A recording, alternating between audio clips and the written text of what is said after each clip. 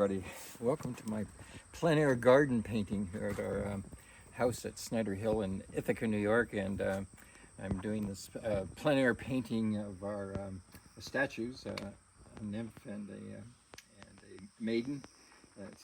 This one's titled "The Maiden with Swan." It's by an Italian sculptor. I think his name is Paolo, C.S. Paolo. Is that correct? Yep. And wonderful statuary.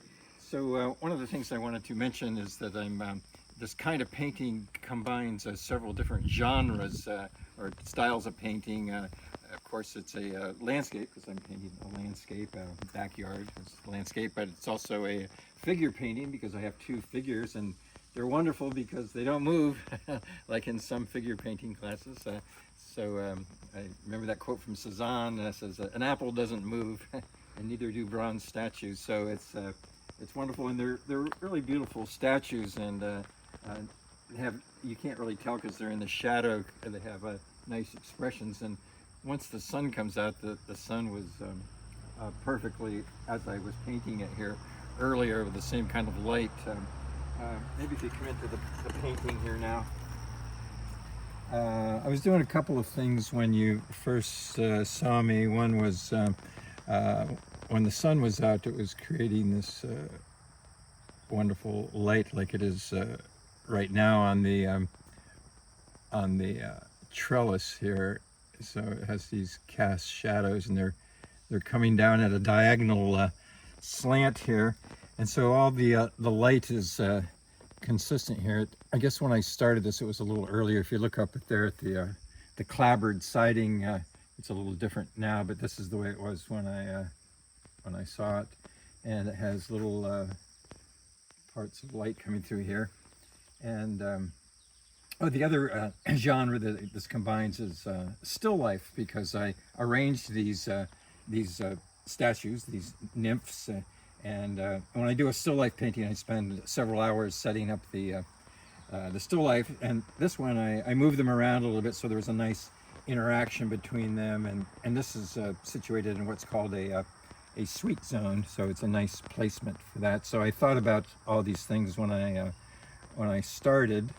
One of the other things I wanted to mention is the aspect of perspective. I didn't really realize this when I first started, but the first thing is the eye level is right about here, and you can tell that by the clapboard slants. Right here it's level, and as you move upward they increase in angle. So there's it's a 2-point perspective, 1 point vanishing point over here, and then these are going towards a vanishing point down this way.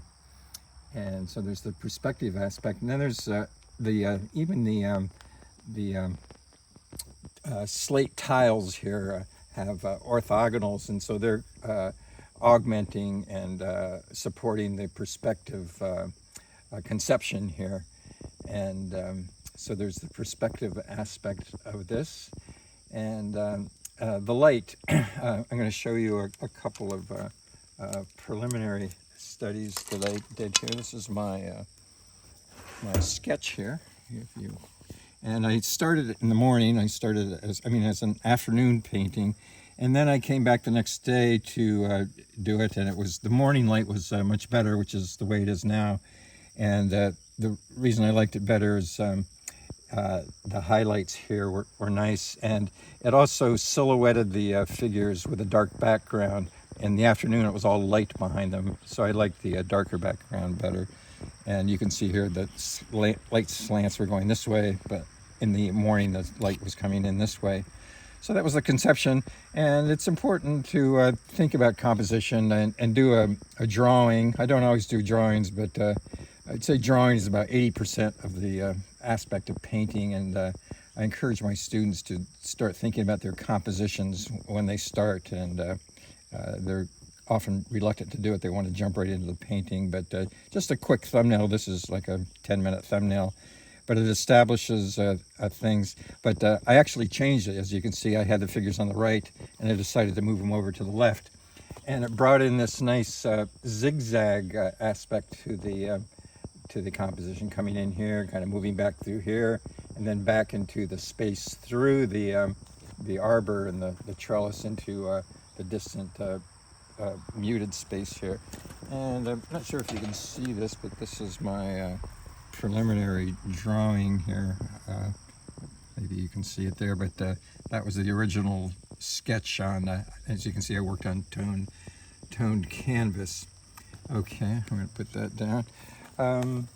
And the flowers, of course, are part of the conception here with the lilies, the daylilies, different kinds of lilies, and I put some roses in here.